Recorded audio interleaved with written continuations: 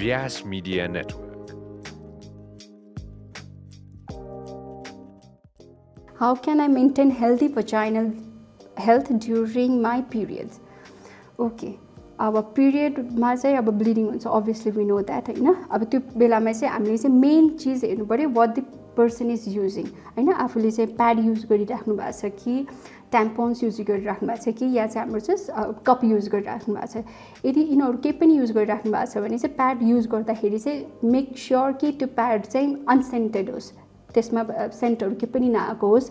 अनि त्यो कारण त्यसले चाहिँ अलिकति एलर्जी कम हुन्छ. एब्जर्बेन्सी कम भए पनि केही फरक पर्दैन. त्यो प्याडलाई चाहिँ हामीले चाहिँ रेगुलरली चेन्ज गर्नुपर्छ. एटलिस्ट 2 to 4 आवर्स चाहिँ चेन्ज गरिराख्नुपर्छ. त्यो भिजे पनि नभिजे पनि त्यसलाई चेन्ज गरिराख्ने र चेन्ज गरिसकेपछि त्यसलाई चाहिँ राम्रोसँग कभर गरेर टिस्यु पेपरले कभर गरेर डस्टबिनमा फाल्ने. त्यसलाई चाहिँ हामीले फ्लस गर्नु हुँदैन फर्स्ट.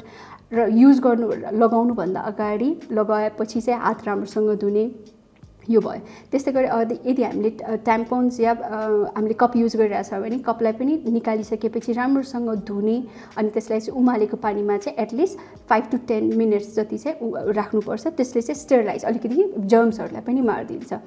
रेगुलर चेकअप त्यो भयो. प्लस अनि हामीले चाहिँ प्युबिक हेयरहरू चाहिँ त्यो बेलामा चाहिँ अब लामो लामो भयो भने त त्यहाँ ब्लडहरू कलेक्ट भएर अलिकति प्रब्लम हुनसक्छ. त्यसैले त्यसलाई इदर ट्रिम गर्नु पर्यो.